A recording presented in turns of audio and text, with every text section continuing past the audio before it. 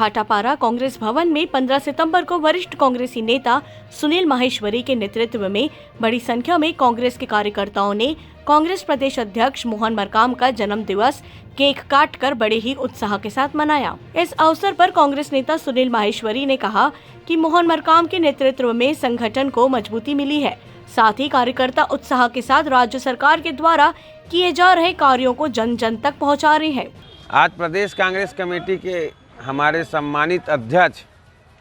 आदरणीय मोहन मरकाम जी का जन्मदिन था और उनके पिछले 3 वर्ष के कार्यकाल पूर्ण होने के बाद अभी लगातार और उनका भी जो कार्यकाल जो चल रहा है उससे हम सभी कार्यकर्ताओं में बहुत ज़्यादा उत्साह है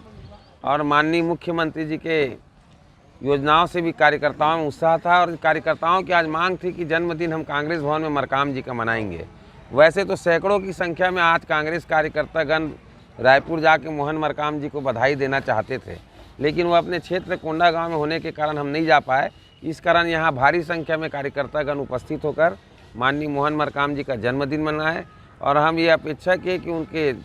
स्वास्थ्य के लाभ की कामना किए, उज्ज्वल भविष्य की कामना किए, दीर्घायु होने की कामना की और साथ ही साथ इस बात की भी कामना की कि उनके नेतृत्व में हमारी कांग्रेस पार्टी को, संगठन को अभी तक जैसे बल मिलता रहा है वैसे बल भविष्य में भी मिलता रहे। भाटापारा से अमृत साहू की रिपोर्ट।